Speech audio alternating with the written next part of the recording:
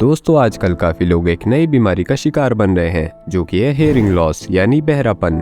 और कमाल की बात यह है कि ये प्रॉब्लम अंदर ही अंदर धीरे धीरे बढ़ती रहती है, जिसका एकदम से पता चलता है और तब तक बहुत देर हो चुकी होती है। दरअसल ज्यादा तेज आवाज की वजह से हमारे कानों के इनर सेल्स के छोटे छोटे टिश्यूज, जिन्हें हेयरिंग सेल्स भी बोलते हैं, वे डैमेज होती चली जाती है। और दोस्तों आपको ये बात पता होनी चाहिए कि शोर से होने वाले हेयरिंग लॉस का कोई भी इलाज नहीं है, ये परमानेंट प्रॉब्लम है, क्योंकि इंसानों के इनर सेल्स कभी भी रीजनरेट नहीं होते। और जब हमें अपने कानों की प्रॉब्लम्स का पता चलता है तब तक सारे हेयर सेल्स डैमेज हो चुके होते हैं। तो दोस्तों अगर आप भी इस बड़ी समस्या से बचना चाहते हैं तो अपने 24 घंटों में से सिर्फ 5 मिनट निकालकर इस वीडियो को ध्यान से देखें, क्योंकि इस वीडियो में हम आपको बताने जा रहे हैं कॉज ऑफ हियरिंग लॉस, उनके सॉल्यूशंस और साथ ही ईयरबड और हेडफोन्स में से कौन से बेहतर हैं और आपको इन्हें कैसे यूज करना चाहिए।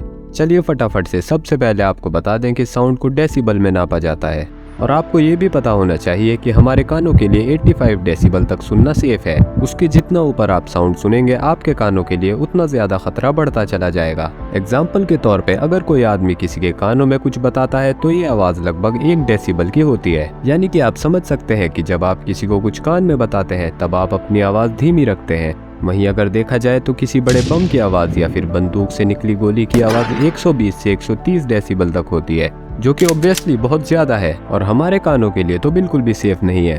अब अगर हम इसे मोबाइल से कंपेयर करें तो ईयरफोन लगाकर जब हम म्यूजिक वॉल्यूम फुल कर देते हैं तब ये लेवल करीब 110 डेसिबल तक पहुंच जाता है। अब इसके रिजल्ट कैसे होंगे आप खुद ही अंदाजा लगा सकते हैं। इस तरह का लाउड म्यूजिक अगर आप रोज सुनेंगे तो इससे आपके कानों पर बहुत बुरा असर पड़ेगा, जिससे कि आपकी सुनने की क्षमता धीरे धीरे कम होती चली जाएगी। और ये बात हम आपको पहले ही बता चुके हैं कि हेयरिंग लॉस का कोई भी परमानेंट इलाज नहीं है। इसके अलावा ज्यादा टाइट हेडफोन यूज करने से हमारा इनर ईयर बाहरी हवा से कांटेक्ट में नहीं रहता, जिसकी वजह से हमारे कानों में इन्फेक्शन के चांसेस भी बढ़ जाते हैं। और टाइट ईयरफोन की वजह से हमारे कानों में भी दर्द हो सकता है। इसी के साथ अगर आप किसी और के ईयरफोन यूज करते हैं और अगर उनके कानों में किसी भी तरह का इन्फेक्शन है या कोई बीमारी है तो वह आपको भी लग सकती है। दोस्तों हियरिंग लॉस के अलग अलग केसेस सामने आते हैं। किसी को सडनली हियरिंग लॉस हो जाता है तो किसी को स्लो, और किसी को तो ये भी देखा गया है कि कभी तो उन्हें तेज आवाज सुनाई देती है और कभी कम। और जब किसी को हर टाइम एक्स्ट्रा नॉइज सुनाई देती है और उसको ये बीमारी लग जाती है तो अक्सर ये देखा गया है कि उसको हमेशा ऐसी आवाज सुनाई देती है जैसे उसके पास कोई मक्खी भिन रही हो।